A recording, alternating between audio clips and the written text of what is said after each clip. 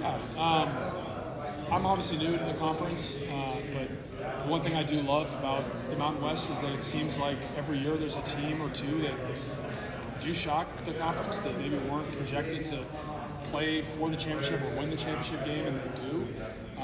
Because in college football today, a lot where you've got your conferences that have a couple really good teams, and then the rest of the teams are kind of competing for the rest of the spots. I don't know if that's true here. I don't think that's true. I think that every year this league is up for grabs, and that's extremely exciting as a player, as a competitor. That everything we want to achieve is out for the taking. Spencer, what was attractive to you to come to Utah State? I mean, I'm sure you had plenty of options, but what was it that got you to Logan? Three things mostly.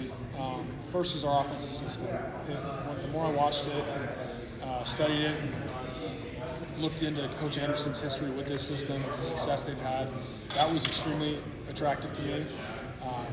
Second, we have a ton of experience on the offensive side of the ball coming back, especially the skill positions, which I value, and I think that's obviously important for a quarterback to have success. You need to have good players around you. And then lastly was the chance to go and compete somewhere for the starting job.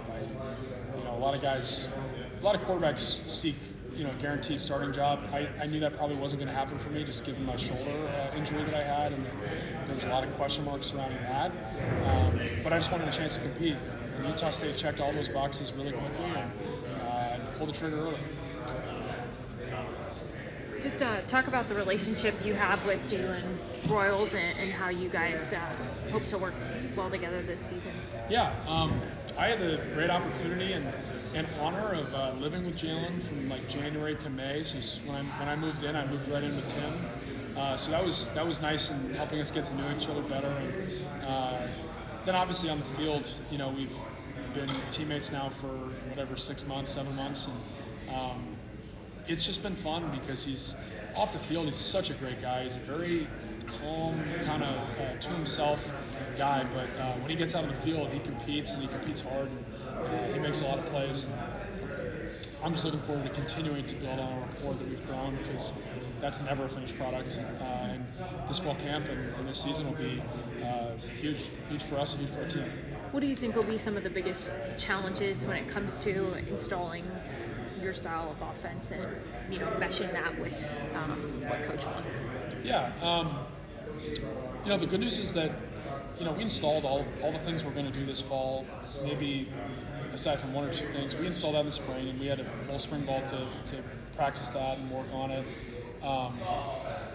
And so it's the installation of it all is kind of there. At this point, the challenge is just how good can we become at the plays we're running and what we're being asked to do. And we'll certainly be better in November than we are in August or September.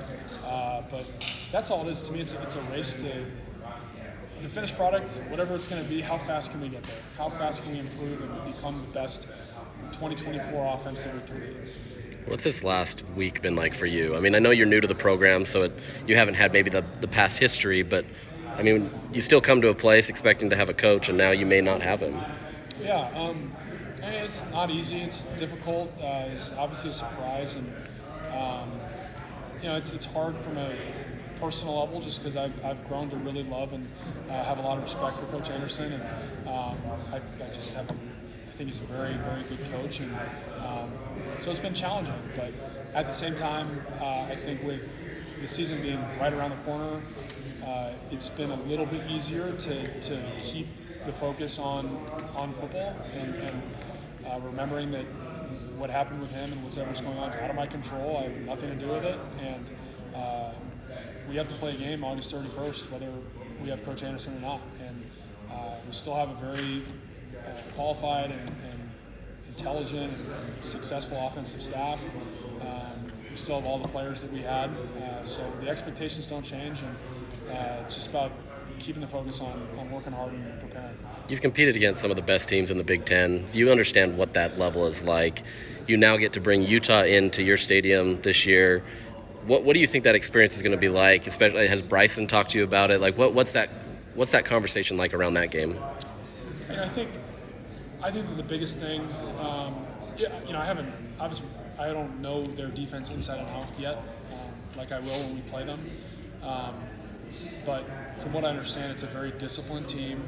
They play hard, and they are good at their scheme, really good at their scheme. And that's very similar to the University of Iowa. It's very similar to a lot of schools in the Big Ten. And the biggest thing when you play defenses like that is that there is no play too small in that game. Every single play, if there's a play to be made offensively, you need to make it because they're usually pretty good at what they do, and you don't know when your next opportunity is going to be. And it's good that I've been able to play against Michigan and Ohio State and Penn State and Wisconsin and all these other schools that historically are like that as well, because it's a challenge. It's a real challenge, but it's also an outstanding opportunity. And as a quarterback, it's awesome because I'm going to have to earn every throw today. I'm going to have to earn every completion, and if I play my butt off, we're going to have a great chance to win this game. And what else can you ask for? So I'm in Reno. I cover Nevada.